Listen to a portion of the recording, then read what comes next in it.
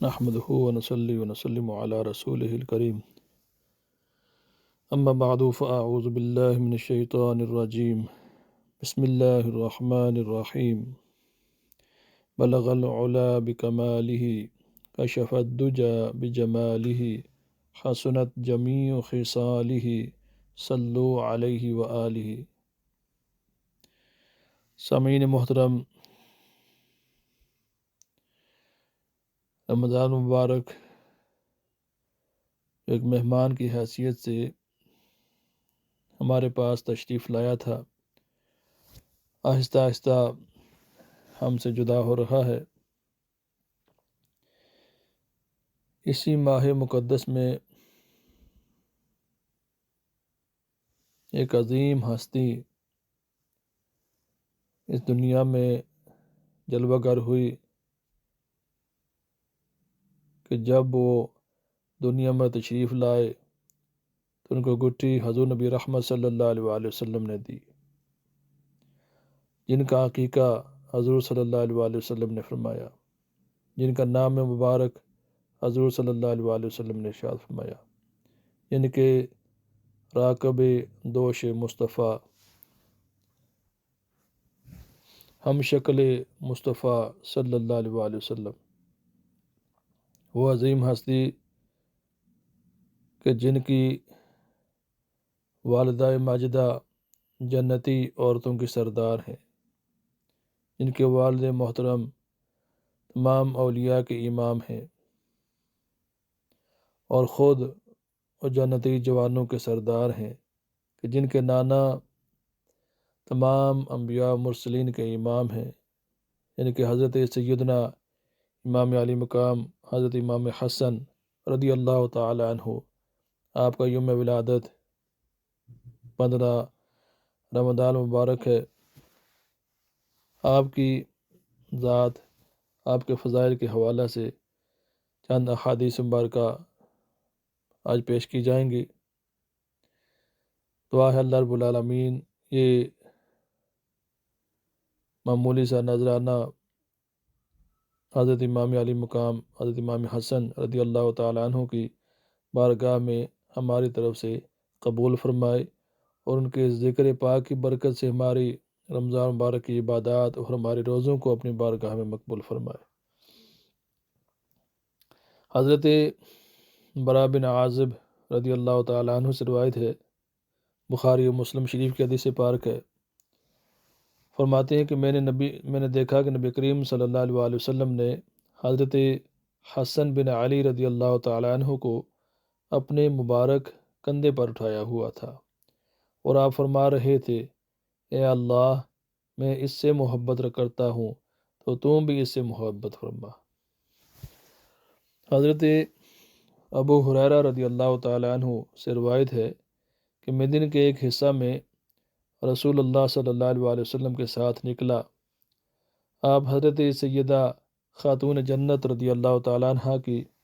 رہائش گاہ پر تشریف فرما ہوئے اور فرمایا، کیا بچہ یہاں ہے؟ یعنی کہ حضرت امام حسن رضی اللہ تعالیٰ عنہ۔ تھوڑی ہی دیر میں وہ دوڑتے ہوئے آئے، یہاں تک کہ دونوں ایک دوسرے کے ساتھ گلے سے لپٹ گئے۔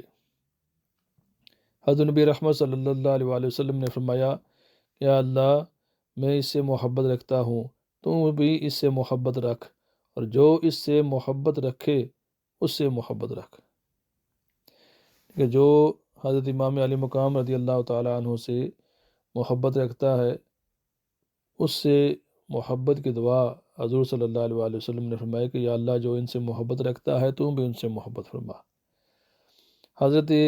سیدنا ابو ہریرہ رضی اللہ تعالیٰ عنہ سے روایت ہے کہ رسول اللہ صلی اللہ علیہ وآلہ وسلم نے ارشاد فرمایا کہ جس نے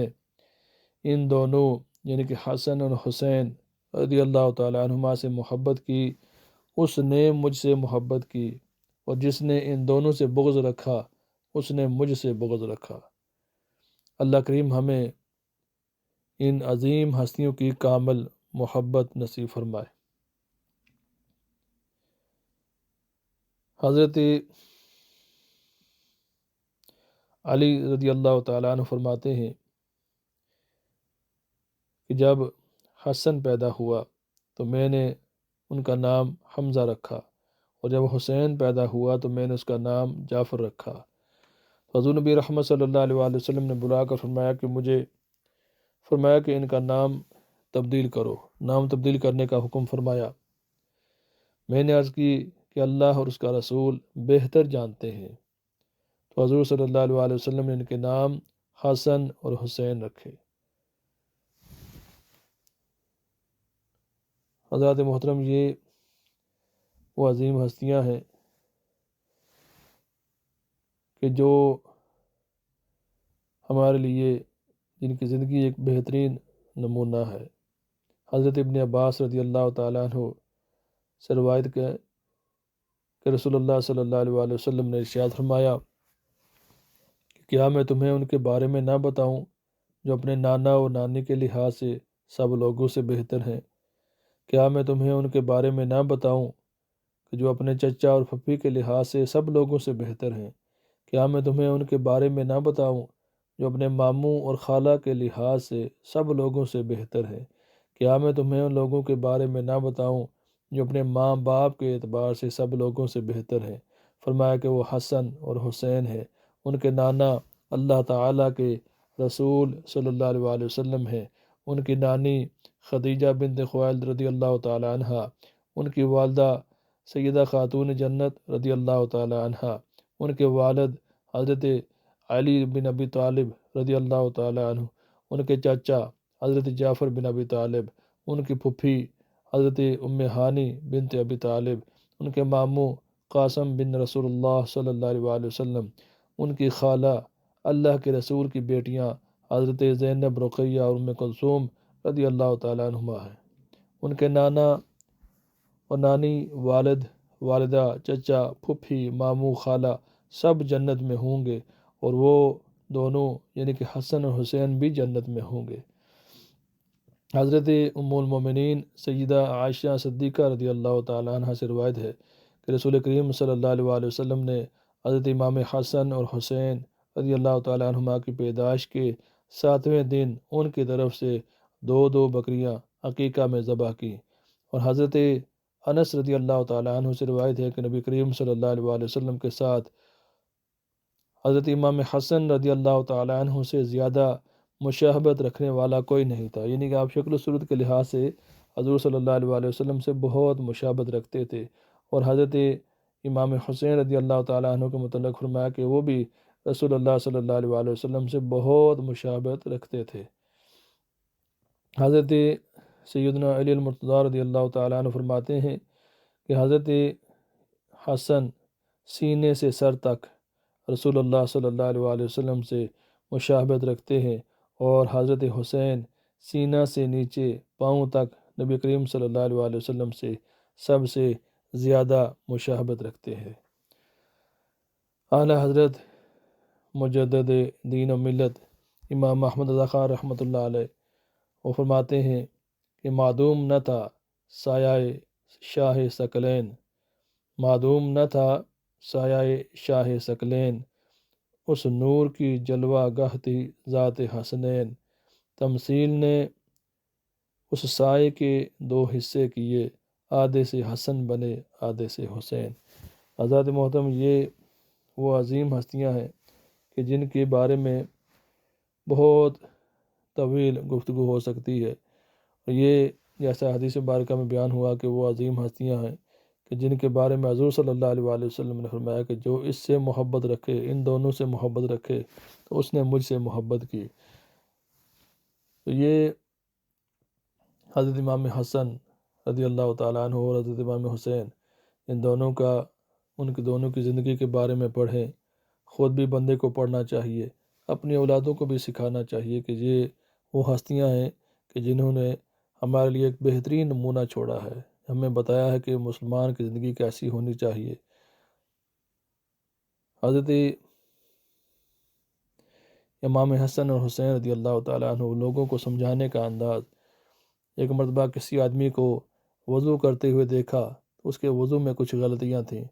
تو آپ دونوں بھائیوں نے اسے کہا کہ ہم وضو کرتے ہیں، آپ ہمیں وضو کرتے ہوئے دیکھیں کہ ہم نے کون سا کام غلط کیا ہے کہ ہمارا وضو صحیح نہیں ہے۔ تو جب آپ دونوں نے وضو کیا تو وہ آدمی سمجھ گیا کہ میرے وضو کرنے میں غلطیاں تھیں، تو اس نے ان کو بتایا کہ میرا وضو کرنے کا انداز جو تھا وہ صحیح نہیں تھا، میرے وضو میں غلطیاں تھیں۔ تو یہ آپ کا سمجھانے کا ایک انداز یا طریقہ تھا۔ تو یہ آپ دیکھیں کہ آپ کی زندگی مبارکہ میں حضور صلی اللہ علیہ وسلم کی محبت، آپ کی تعظیم، آپ کا دین اسلام پر کاربند رہنا، یہ تمام چیزیں پہلے تھیں، باقی دنیا بعد میں۔ تو یہ چیزیں ہمیں بھی سوچنی چاہیے کہ ہم بھی مسلمان ہیں، حضور صلی اللہ علیہ وسلم کے امتی ہیں۔ تو ان لوگوں کی حیات طیبہ کے بارے میں ہمیں ضرور جاننا چاہیے کہ جن کی محبت کے بارے میں حضور صلی اللہ علیہ وسلم نے ہمیں حکم دیا، اللہ رب العالمین کا بھی ہمیں حکم ہے کہ ان اہل بیت اطہار سے محبت کرنی چاہیے۔ ایسی کامل محبت ہو کہ جو محبت کسی دوسرے کی بے ادبی اور گستاخی کا اس پر ہمیں ابھار نہ سکے، ایسی محبت ہو کہ جو ان لوگوں سے بھی، ان ہستیوں سے بھی محبت بندہ کرے، اور ان کے برکت سے، ان کے صدقے سے باقی جتنے بھی اصحاب رسول ہیں تمام سے بندہ محبت، ان کا ادب و احترام کرے۔ اللہ رب العالمین کی بارگاہ میں دعا ہے کہ اللہ رب العالمین ہمیں ان عظیم ہستیوں کی محبت نصیب فرمائے اور ان کے صدقے میں ہماری بے حساب مغفرت فرمائے۔ وما علینا الا البلاغ المبین۔